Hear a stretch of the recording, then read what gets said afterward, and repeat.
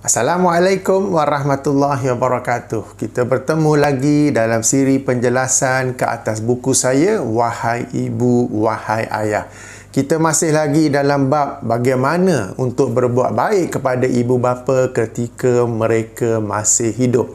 Dalam buku itu saya ada gariskan, saya ada senaraikan 5 langkah. Kita ulang kaji sedikit. Pertama, memaafkan ibu bapa seandainya anda sebagai anak-anak ada memiliki sejarah yang kurang baik bersama mereka, ya. Pertama sekali, memaafkan mereka. Kedua, berdoa kepada Allah Subhanahu wa taala. Dah hafal ke doa tu? Rabbi auzi'ni an ashkura ni'mataka allati an'amta alayya. Sudah ke belum? Kalau belum, ayuh kita hafal doa tersebut. Sekarang Al-Quran ada dalam aplikasi handphone kita. Okay, kita boleh bookmark ayat tersebut, dan bila kita nak baca, kita boleh buka ayat itu, tengok, sambil itu kita boleh berdoa. Lama-lama boleh hafal, insya-Allah. Itu yang kedua.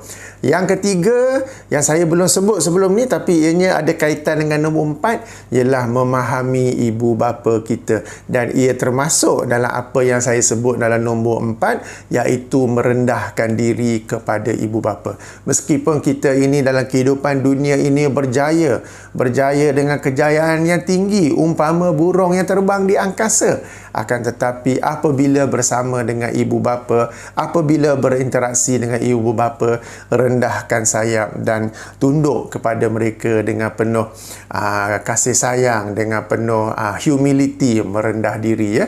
Dan termasuk dalam erti kata ini ialah apabila kita berbicara dengan ibu bapa, berinteraksi dengan ibu bapa, kita cuba memahami mereka dan keboleh-bolehnya kita mengalah kepada mereka. Kalau ada benda yang penting kita nak tegakkan pun, okey, tak apa. First time kita relax dulu, kali kedua, kali ketiga kita cuba lagi, ya. Baik, untuk kali ini kita masuk langkah kelima, iaitu berkorban kepada ibu bapa. Tuan-tuan dan puan-puan yang dirahmati Allah, saya tahu tuan-tuan dan puan-puan sekarang ini sibuk dengan kerjaya, dengan pembelajaran, dengan keluarga sendiri, dengan anak-anak sendiri. Macam mana pula dengan ibu bapa? Ya, jadi kena masuk dalam things to do. Kena masukkan dalam senarai things to do. Kena masukkan dalam anda punya pengurusan masa, time management, masa untuk ibu dan bapa, ya. Dan di sini saya ada gariskan 3 langkah ataupun 3 tahap. Yang pertama, tahap biasa-biasa, yang ini lazimkan diri menelefon mereka. Okey, jika mereka biasa tahu pakai cara komunikasi moden seperti WhatsApp, Telegram, silakan. Tapi kadang-kadang mereka tak biasa perkara itu, maka biasakan diri telefon dan sembang-sembang. Bagi ibu bapa, mereka mungkin tinggal seorangan di kampung, mereka kesedihan, mereka kesunyian, dan sembang-sembang itu daripada anak mereka adalah sesuatu yang sangat mereka hargai. Okey, apa nak sembang tak tahulah. Tak apa, cari topik. Cari topik yang ada kesamaan, apa yang boleh sembang. Cuaca ke, hujan panas ke, masak apa ke, buat apa, kan tak apa, asalkan ada persembangan, ada komunikasi untuk mengisi kesunyian mereka. Anda, ya saya tahu, busy, sibuk dengan kerja, sibuk dengan anak, sibuk dengan keluarga sendiri, apa kan. Tetapi mereka mungkin di kampung sekarang ni kesunyian, maka hubungilah mereka dan gembirakanlah mereka. Ini yang tahap pertama. Tahap kedua, saya syorkan, saya nasihatkan, saya cadangkan untuk balik kampung paling-paling kurang sebulan sekali. Sebulan sekali untuk tengok-tengok keadaan mereka, untuk tengok-tengok keadaan rumah. Bila balik kampung ni, okay, bila balik kampung, macam saya cadangkan, setiap bulan hujung minggu pertama atau hujung minggu kedua, set itu masa anda balik kampung bersama dengan ibu bapa. Kalau sudah berkahwin, tak apa, hujung minggu pertama family anda, hujung minggu kedua family ataupun ibu bapa pasangan anda. Okay? Bulan seterusnya sama juga. Weekend pertama with your parents, weekend kedua with your spouse punya parents. Okay? Jadi kita bergilih-gilih. Tapi sekurang-kurangnya sebulan tu balik, ya. Saya dulu alhamdulillah, sebab ibu bapa saya duduk dekat. Jadi saya setiap minggu. Okay, kalau nak setiap minggu tu lagi bagus. Tapi mungkin sibuk ke, mungkin keletihan kerja ke, mungkin kos pergi balik dengan minyak, dengan tol mahal kan. Jadi saya cadangkan paling kurang sebulan sekali. Sebulan sekali balik kampung. Dan balik kampung ni bukan dengan minda, bukan dengan pemikiran nak bercuti. Bukan dengan pemikiran nak, ni mak masak apa ni, saya nak balik ni. Mak dah kemas rumah ke belum? Saya nak bawa isteri sekali ni. Bukan begitu. Tetapi anda balik kampung dengan tujuan, dengan perancangan bahawa anda hendak membantu apa yang boleh di rumah ibu bapa anda. Mungkin membasuh tandas, mungkin menyapu daun-daun di laman, mungkin ada bumbung yang sudah bocor yang anda hendak perbaiki. Janganlah suruh ayah yang dah tua banyak bumbung. Mungkin ada lampu yang padam anda hendak ganti. Mungkin bawa ibu bapa bersia-sia ke pekan berdekatan ke, bawa jalan-jalan di mana-mana yang berdekatan ke. So, you go back with the intention of making your parents happy, with the intention of helping them where it is required. It is not for you to go back and aku nak tidur saja, aku nak relax depan TV saja, aku nak main phone saja. Tak, bukan begitu. Balik kampung dalam rangka untuk berbuat baik kepada ibu bapa. Jadi, cari apa yang mereka perlukan. Cari apa yang dapat anda buat untuk menggembirakan mereka. Cari apa yang anda dapat buat untuk membantu mereka. Okay, ini penting. Jangan balik kampung atas dasar nak bercuti. So, akhirnya sampai kampung pun duduk depan TV. Ataupun dengan phone sahaja kan. Phone tu pun kalau boleh letaklah tepi kan. Okey, jadi gunakan Sabtu Ahad itu untuk luangkan masa bersama dengan ibu bapa anda. Bantu di mana yang boleh. Kalau bulan ni anda balik, tengok ada pipe bocor, nak cari peralatan apa, tak apa. Tak ada pula. Tapi tak apa, anda tulis senarai. Minggu depan anda balik, sebelum balik dah singgah kedai hardware, siap-siap dah beli barangan apa semua tu, dan bila balik kampung boleh repair. Ini sebagai contoh kalau di kampung itu tidak ada kedai hardware ya. Jadi ini tahap kedua. Tahap pertama sekadar sembang-sembang telefon, sekadar WhatsApp, jika mereka boleh WhatsApp, kalau boleh video call lagi bagus. WhatsApp sekarang pun boleh video call. Kalau mereka tidak secanggih itu, tak apa, telefon saja. Okey, isi masa mereka sebab mereka sunyi di kampung. Tahap kedua ialah anda sendiri balik kampung.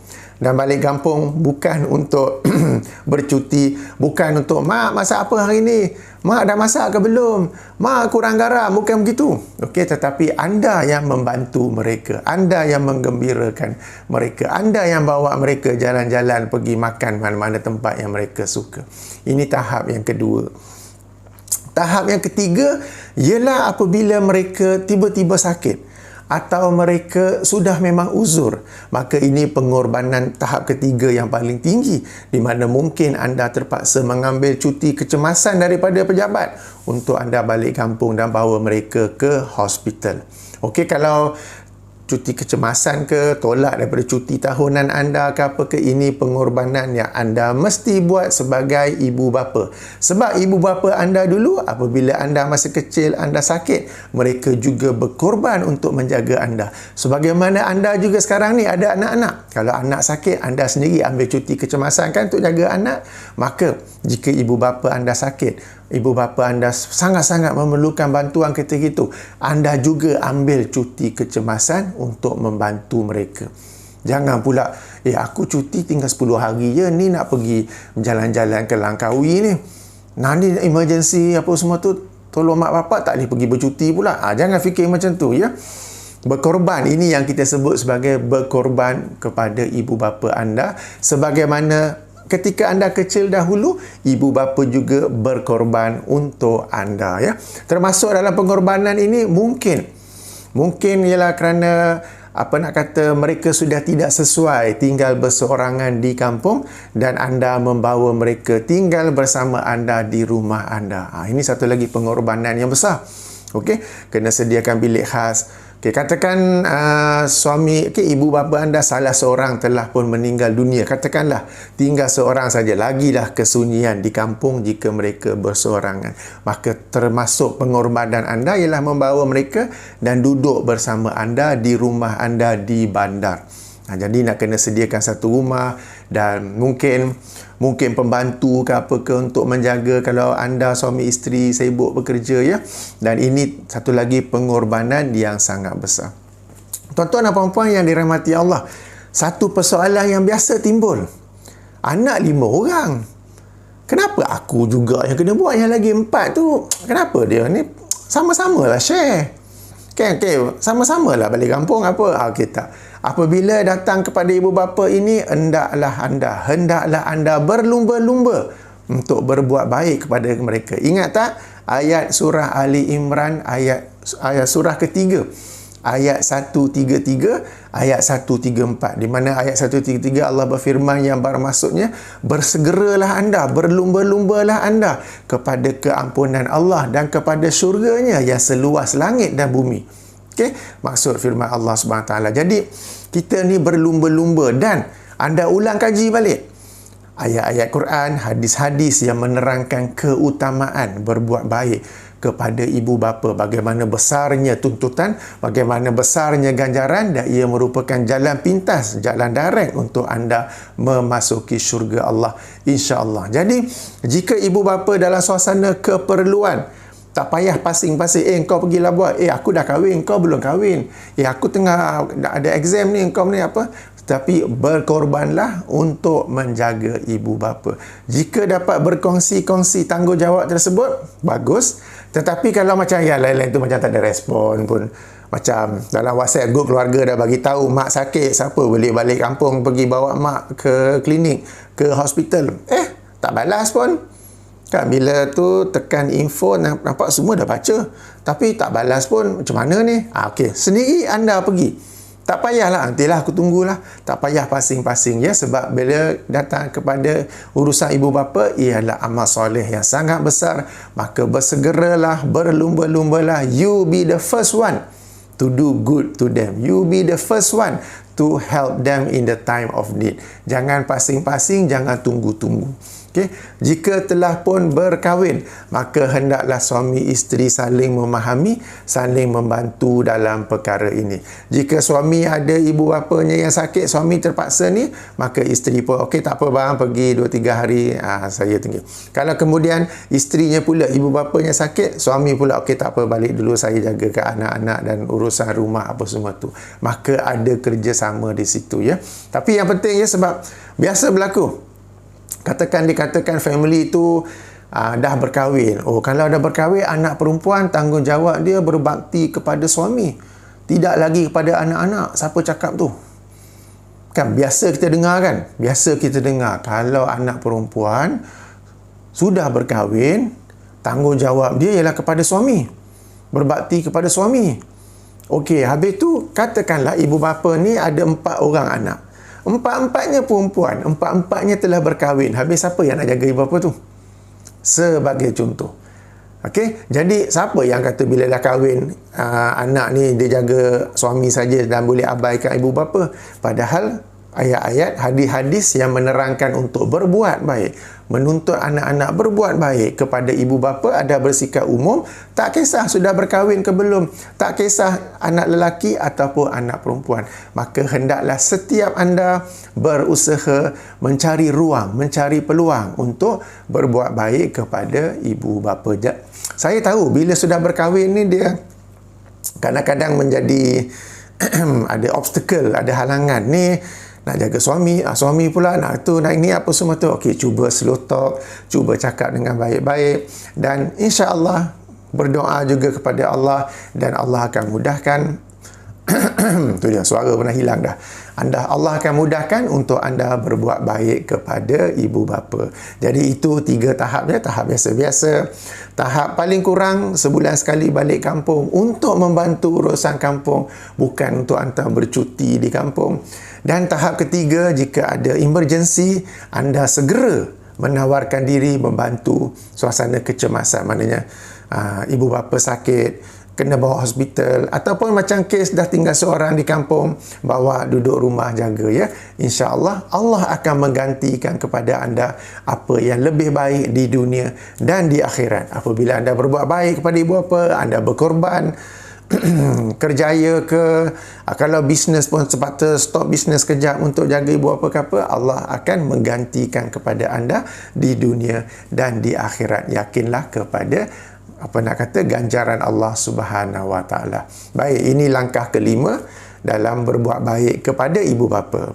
InsyaAllah kita jumpa lagi siri akan datang. Kita akan masuk pula kepada bagaimana berbuat baik kepada ibu bapa setelah mereka meninggal dunia. Ini perkara penting sebab banyak orang tak tahu ada hadis-hadis yang mengajar kita apa yang boleh kita buat untuk berbuat baik kepada ibu bapa setelah mereka meninggal dunia. Disebabkan kita tidak tahu hadis-hadis tersebut, disebabkan kita tidak tahu petunjuk sunnah Rasulullah sallallahu alaihi wasallam dalam perkara ini, maka kita pun buatlah perkara-perkara yang tidak diajar oleh Rasulullah, tidak dicontohi oleh Rasulullah sallallahu alaihi wasallam, sehingga sebenarnya perkara itu pun tak ada siapa yang boleh janji ianya bermanfaat atau tidak. Paling-paling mereka berkata sampai. Paling-paling mereka kata sampai. Okey. Sampai tapi tidak memberatkan timbangan amal ibu bapa, apa guna? Okey, insya-Allah kita jumpa ya. Baik, sehingga sini saja dahulu. Subhanakallahumma wa bihamdika asyhadu an la ilaha illa anta astaghfiruka wa atubu ilaika. Assalamualaikum warahmatullahi wabarakatuh. Tengah cakap suara hilang, dah habis suara mari balik. Okey, tak apa. Cakap panjang-panjang pun mengantuk pula kan? Baik, sehingga sini saja dahulu.